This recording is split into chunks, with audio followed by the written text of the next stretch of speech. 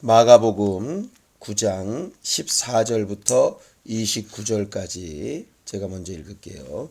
저희가 이에 제자들에게 와서 보니 큰 무리가 둘렀고 서기관들이 더불어 변론하더니 온 무리가 곧 예수를 보고 심히 놀라며 달려와 문안하거늘 예수께서 물으시되 너희가 무엇을 저희와 변론하느냐? 무리 중에 하나가 대답하되 선생님, 벙어리 귀신 들린 내 아들을 선생님께 데려왔나이다.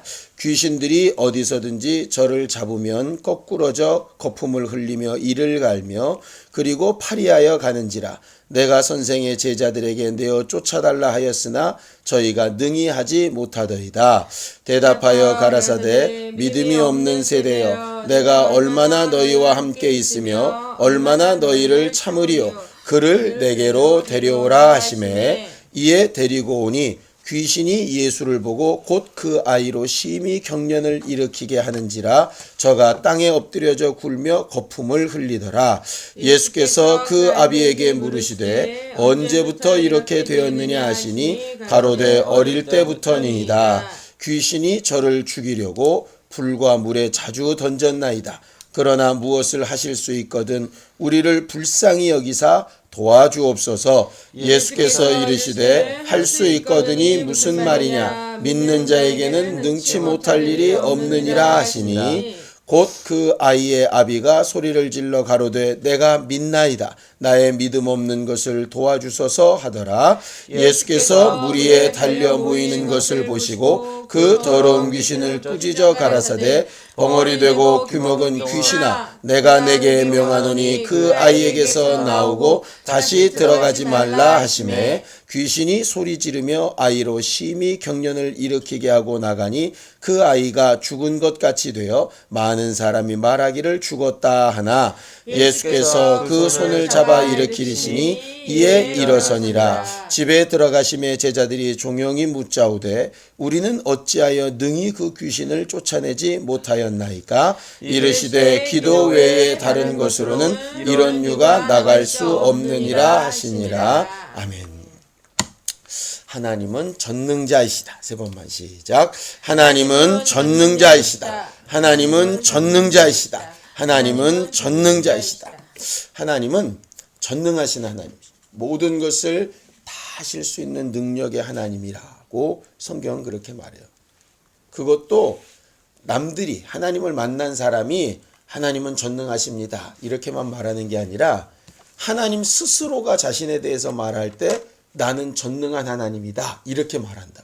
자, 창세기 17장 1절 봐봐요. 창세기 17장 1절. 믿음의 조상이라고 하는 아브라함한테 하나님께서 나타나셨을 때 하나님이 직접 자기 자신에 대해서 말씀하신 게 이 말씀이에요.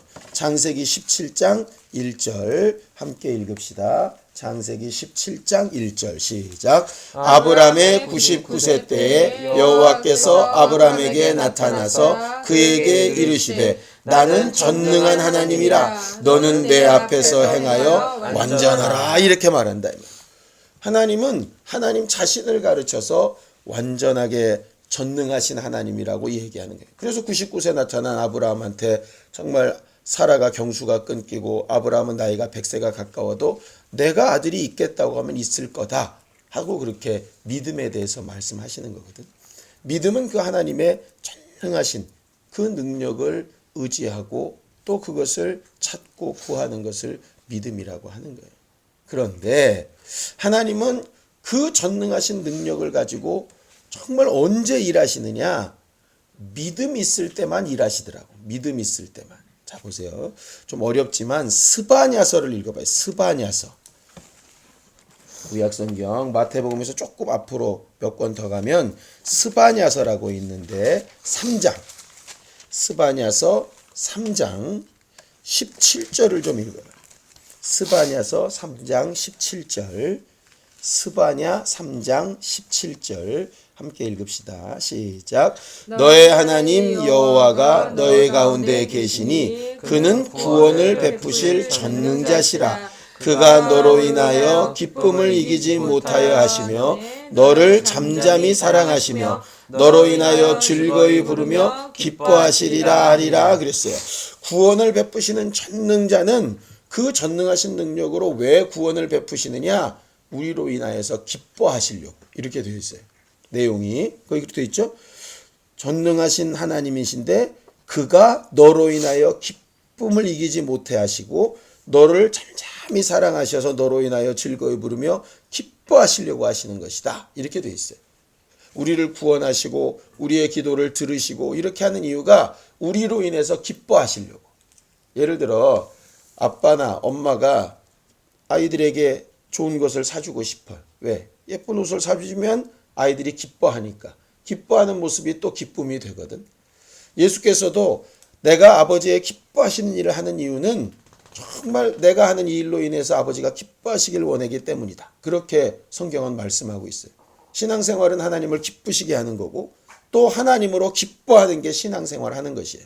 그런데 히브리서 11장 6절에 보면 믿음이 없이는 기쁘시게 못한다 이렇게 돼 있어요.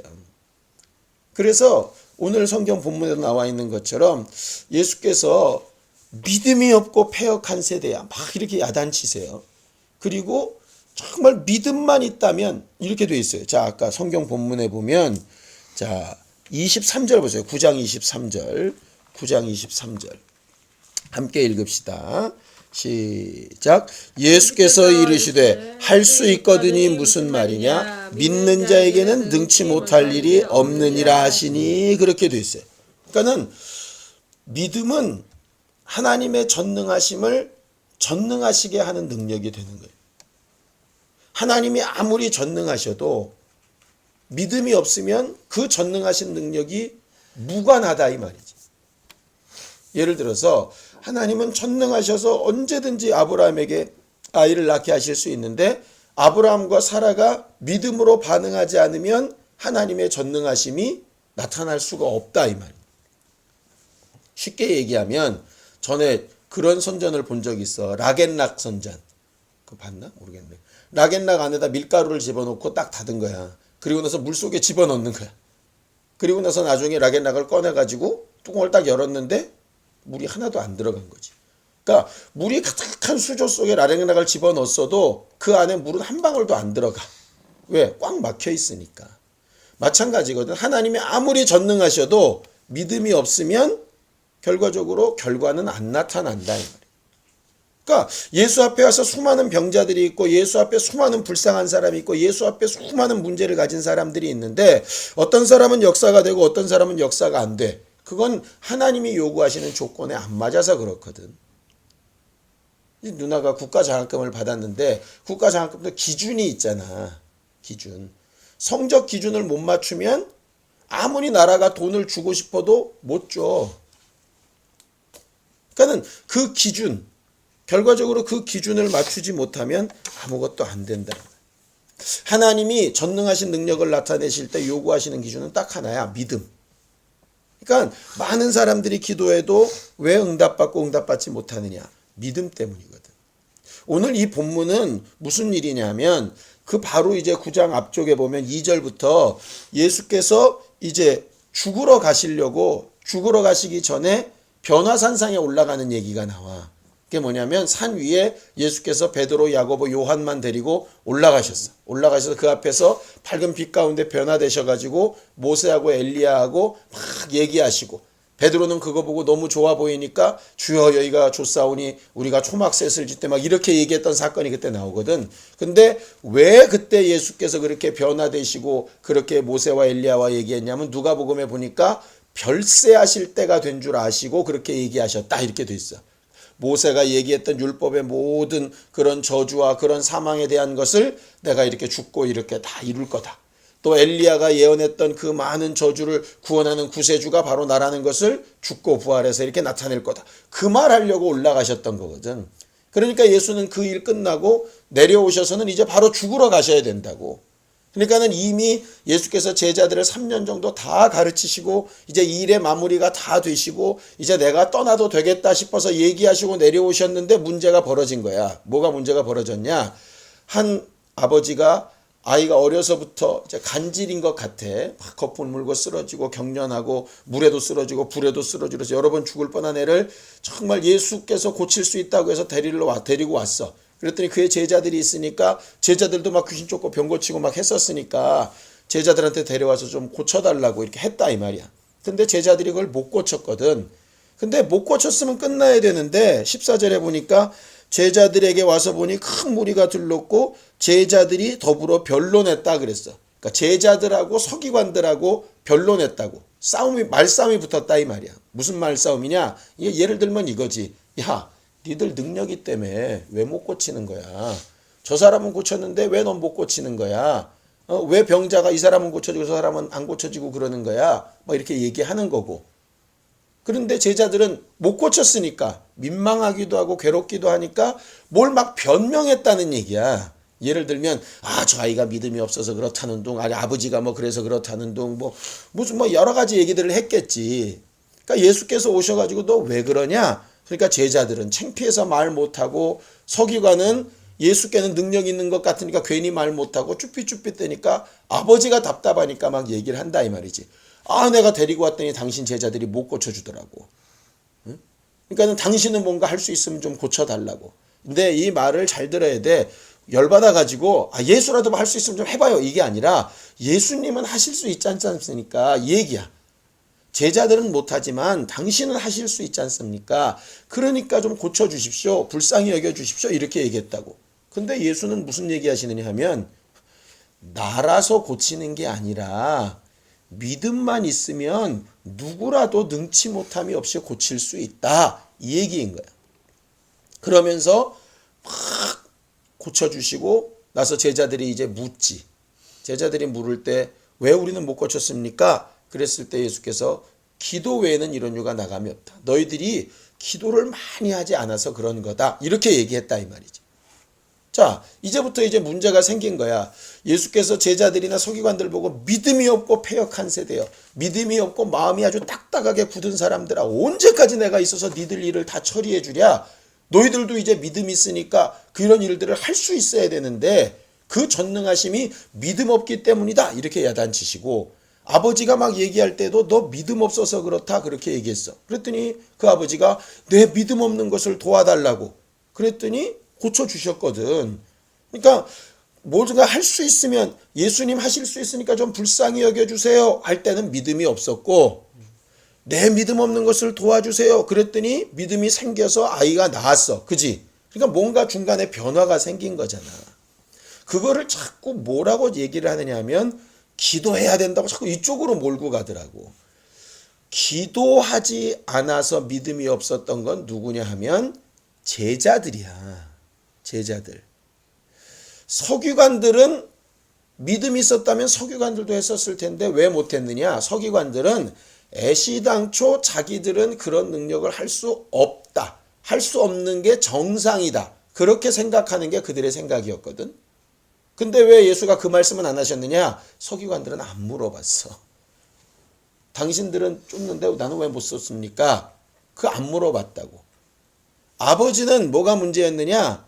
예수는 할 수 있을 거다. 제자들은 할 수 있을 거다. 그러니까 사람 믿는 믿음만 있었지 정말 혈루병 앓는 여자가 내가 이렇게 하여도 내가 나을 수 있겠다 하는 그 믿음이 없었어. 또 맡기는 것만 있었지. 가만히 보니까 왜 귀신이 안 떠나고 왜 문제가 있었느냐? 제자들에게만 문제가 있었던 거 아니야. 제자들에게도 문제가 있었고 서기관들도 문제가 있었고 아버지도 문제가 있었어. 어쩌면 그 아들도 문제가 있었겠지. 그런데 사람들이 참 신기한 건 뭐냐면 이 문제가 있었던 걸 자기 문제라고 생각 안 하고 다 남의 문제라고 생각하더라고. 귀신이 안 떠나는 건 누구 문제냐? 제자들이 무능해서 그렇다. 안 떠나는 게 무슨 문제냐? 믿음 없는 것들이 옆에서 기도로 안 도와줘서 그렇다. 믿음은 왜 이게 안 나느냐? 지 아버지가 문제가 없어서 환자가 믿음이 없어서 그래. 아빠도 그런 거 굉장히 많이 실수한 적이 있거든. 귀신 쫓으러 와서 병 고쳐달라고 하는데 안 나. 그럼 아빠 스스로도 위로하는 거지. 왜? 내 책임이라고 생각을 해야 되는데 저 사람이 교회 나온 지 얼마 안 돼서 그렇다. 아니 예수께서 언제 교회에 오래 나오고 예수 쫓아다니면서 귀신의 정체를 아는 사람만 귀신 쫓고 병 고치셨나? 그렇지 않았거든. 믿음은 뭐냐면 자기 문제를 돌아볼 줄 아는 게 믿음이야.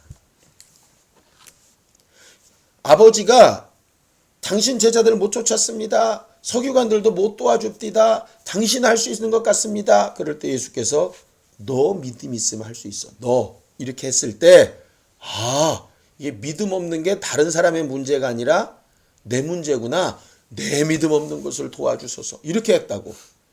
내 아들이 아파 죽어갑니다. 내 아들 문제입니다. 이게 아니라 내 문제구나 하고 내 믿음 없는 것을 도와주소서 했을 때 이적이 일어났다 이 말. 제자들이 문제가 해결되지 않을 때 내가 기도하지 않아서 된 문제구나 이렇게 됐었으면 역사가 일어났을 거예요. 서기관들이 정말 말씀에 있는 대로 정말 저들은 하나님을 믿고 저렇게 한다면 우리도 저렇게 해야 되겠구나. 그랬겠다면 그들에게도 역사가 일어났을 거야. 그런데 사람들은 대부분 믿음이 있노라 하면서 그 믿음을 자꾸 이렇게 포장을 하려고 그래. 그래서 자기 문제로 보지 않고 남의 문제로 본다. 지난주에 말했던 혈루병 여자랑 굉장히 다른 부분이야. 이 여자는 낙심하지 않고 포기하지 않고 막 가서 어쨌든 자기 문제로 알고 그것을 해결하려고 예수께서 다가와 주지 아니하셔도 자기가 나아가서라도 어쨌든 정말 하나님의 능력을 보려고 몸부림치잖아. 이 아버지도 대단하긴 하지. 어려서부터 아들이 그렇게 고생했으면 얼마나 마음이 아팠겠어. 자기가 마음 아픈 것보다 자기가 몸이 아픈 것보다 훨씬 더 아프고 힘들었겠지. 그럼에도 불구하고 정말 언제 해결이 나느냐면 자기 문제로 보고 돌이킬 때 해결이 나더라 이 말. 우리가 정말 새롭게 신앙생활을 하고 새롭게 정말 아름다운 교회들을 만들어가 보려고 할 때 똑같을 것 같아. 여전히 남 탓하고 앉아있으면 결과적으로 그냥 예수께서 보실 때 믿음이 없고 패역한 세대야. 언제까지 내가 너희들을 이렇게 가르치고 도와줘야 되냐. 이렇게 말씀하실 것 같다 이 말이야. 성경에는 분명히 남의 눈에 있는 티는 잘 보면서 자기 눈에 있는 들보 못 보면 안 된다. 이렇게 얘기하시지. 남들이 물론 들보 같은 것이 있을지도 몰라. 반대로. 그런데 내 눈에 티가 있으면 결국 나만 괴로운 거잖아. 응? 내가 잘못하고 있는데 나는 잘못하지만 저쪽이 더 잘못했대요. 그거 진짜 바보 같은 일이잖아. 저쪽은 100개 잘못하든 말든 결과적으로 내가 하나 잘못한 게 회개 안 되면 결국 내 손해지 문제 아니겠어. 결과적으로 믿음은 거기서부터 출발을 하는 것 같아. 그래서 예수께서 처음 공생애를 시작하시면서도 회개하라. 천국이 가까웠다 하시는 것이고 우리가 정말 새롭게 변화를 받아서 하나님의 일을 해보려고 할 때 제일 중요한 것도 결국 자기 문제부터 발견해야 되는 것이에요. 어떤 사람은 기도가 부족한 것도 있고 어떤 사람은 말씀을 잘 모르는 것도 있고 어떤 사람은 담대함이 없는 경우도 있고 어쩔 때는 자기 믿음만 이렇게 막 요구하는 것도 있고 어떤 경우는 남만 생각하다가 결국 자기를 돌아보지 못하는 것도 있고 각각 문제들이 다 있겠지. 그것을 정말 말씀 안에서 자기 문제로 돌아보고 고치는 것. 그게 정말 하나님 기뻐하시는 믿음 있는 사람의 모습인 것 같아. 자기를 돌아보는 자기 문제를 보는 믿음이 정말 하나님 도우시는 믿음이고 하나님이 기뻐하시는 믿음이고 그것으로 하나님 앞에 나아갈 때 하나님은 얼마든지 전능하신 능력으로 도우실 수 있을 거야. 이번 한 주에 또 새롭게 학기도 시작해서 또 학교도 가야 되고 새로운 환경도 만나야 되고 막 이렇게 되어지는데 또 여러 가지 일들이 있겠지. 그 가운데서 자기 문제를 보는 그 믿음으로 정말 하나님을 기쁘시게 하는 우리 모두가 되기를 예수님의 이름으로 축원합니다. 시간 잠깐 같이 기도할 때 하나님 우리가 정말 여러 가지 죄악된 습성이 아직도 많이 남아서 무슨 일만 벌어지면 누구 때문에 남 때문에 무슨 환경 때문에 언제 그랬기 때문에 자꾸 이렇게 핑계대고 나는 빠져나가려고 할 때가 너무 많은데 실상은 자기 문제로 보고 믿음으로 전능하신 하나님의 능력을 분명히 체험할 수 있는 우리 모두가 되게 해달라고 예수의 한 번부로 함께 같이 기도합시다. 예수여 거룩하신 아버지 하나님 거룩하신 하나님 어떠한 일에는 각각의 문제가 다 있어서 자기 문제를 돌아보고 그 문제를 하나님 앞에 내려놓고 하나님의 도우심을 구할 때 전능하신 능력을 그 믿음으로 말미암아 얻을 수 있다. 그렇게 배웠사오니